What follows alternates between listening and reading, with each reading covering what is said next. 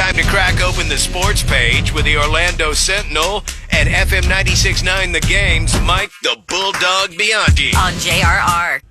All right, so Bulldog, before we kick it into Overreaction Football Monday, and there's a lot to overreact to, do you want to talk about the other sports that are not football related, or you're playing here? I didn't know that there were other sports that aren't football related, except for the Magic beating the Milwaukee Bucks on Saturday night, 112-97. Paolo and Franz combined for 50 points. For the Magic, the Bucks didn't have Damian Lillard, but it didn't matter because the Magic just dominated them. Banchero, 26 points. The Wagner brothers, 43 points. The Franz had 24, and Mo Wagner, his brother, had 19 and 4 off the bench. Jalen Suggs also had 20 for the Magic. Magic, by the way, traveled to Brooklyn Tuesday to open up play in the in-season tournament. I know you guys are excited about the NBA's in-season tournament. Are you not? Hello? Yeah. Anyone? We had what's his name in here? We had Bo Outlaw in here last week for it. Good. Hey, what happened in hockey over the weekend? The Lightning got their asses handed to them by Carolina 4-zip. Hey, was that accurate that Magic hadn't beaten the Bucks in 14 games? The Magic did end a 14-game losing streak. That's incredible. Incredible. The Bucks are strong. Yeah. All right, football. Jaguars get absolutely embarrassed by the 49ers yesterday. 34-3. My overreaction is Brock Purdy, the last player picked in the NFL draft, is better than Trevor Lawrence, the first player picked in the NFL draft. Okay? Because Trevor Lawrence was absolutely awful yesterday. 2 picks. Yeah, he had 2 picks, 3 turnovers. He was responsible for 3 of the Jaguars' 4 turnovers. And yeah, Jaguars looked crappy yesterday. They host Tennessee next Sunday, so that was a bad loss for the Jaguars after 5 straight wins. Buccaneers get off the schneid after 4 straight losses. Baker Mayfield throws for a couple of touchdowns, 278 yards as well. The Bucs beat the Tennessee Titans 20-6 yesterday. The Bucs are good enough to win that bad division. The Falcons and the Saints both lost yesterday. The Saints lost their quarterback, Derek Carr. They had famous Jameis Winston in the game yesterday. They lost the game, and the Bucs can win that division. I don't see any reason why they can't. Other NFL games, your Meatheads won an exciting. Did you watch any of that game? Yeah, that was a fun game. That was a fun game. Yeah, they beat the Chargers, so that was exciting. The Patriots, how awful are they? They fall to 2-8 with a 10-6 loss to the Colts. Mac Jones sucks. Dude, they benched him at the end of the game. He just sucks. They benched him for Bailey Zappi. Yeah, and then Zappi throws a pick too. He sucks too. Yeah. Houston Texans don't suck though. They beat the Bengals yesterday, 30-27. C.J. Stroud, the rookie quarterback, unbelievable, throws for 356 yards. The Browns, did you see that game? They rallied from 31-17 down to beat the Ravens yesterday, 33-31. In Baltimore. I know. Yeah, in Baltimore. It was unbelievable. Joshua Dobbs, the backup quarterback for the Vikings, after Kirk Cousins goes down, they make a trade for him. He's been unbelievable. He leads the Vikings to a victory yesterday, 27-19 over the Saints. He throws for a career high 268 yards, runs for a touchdown as well. And it was cool to see. Did you see the footage they did on him before the game about how, like his military background, and then I did not. Interned at NASA. Yeah, I mean, that guy, even though he's been in the NFL for, I think they said 7 years, there's a good story behind him, man. It's good to see him playing well, too, because he's a good, role model kind of guy. Did you guys see the Giants-Cowboys yesterday? The Giants are pathetic. I mean, the Cowboys are a good team, but 49-17, the Giants are just awful. Good God.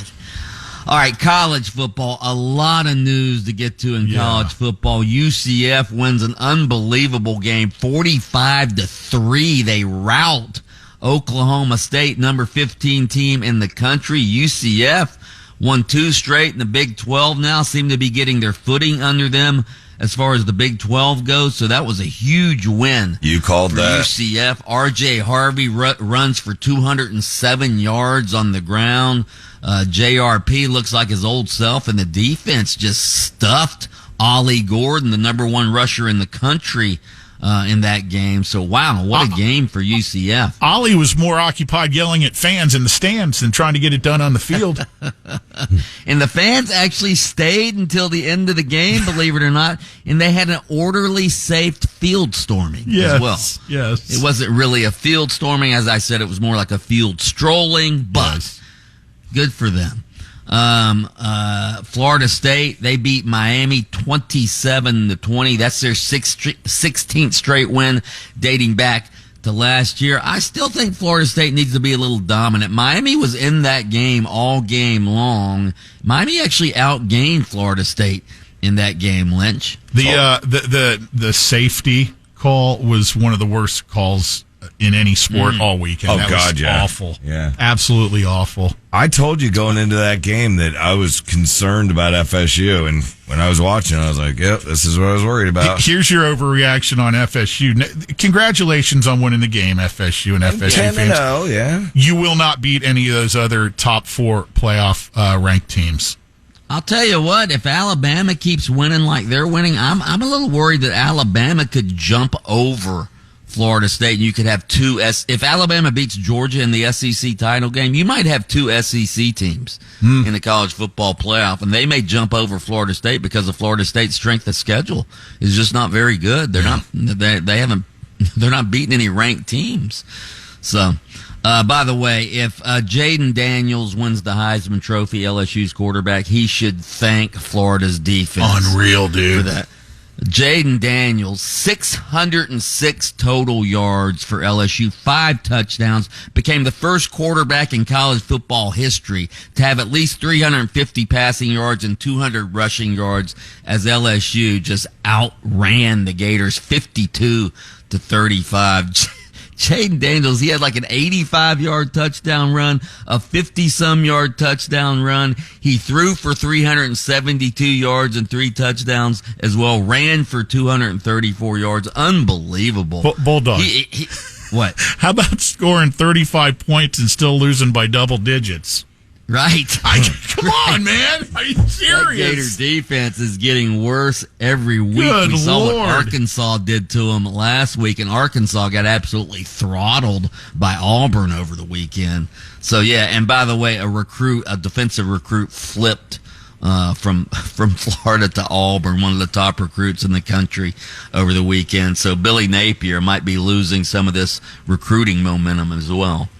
So, yeah, bad loss for the Gators. Bad loss. All right, Texas A&M fires Jimbo Fisher, $76 million buyout. Jimbo Fisher gets. That's the record for a buyout.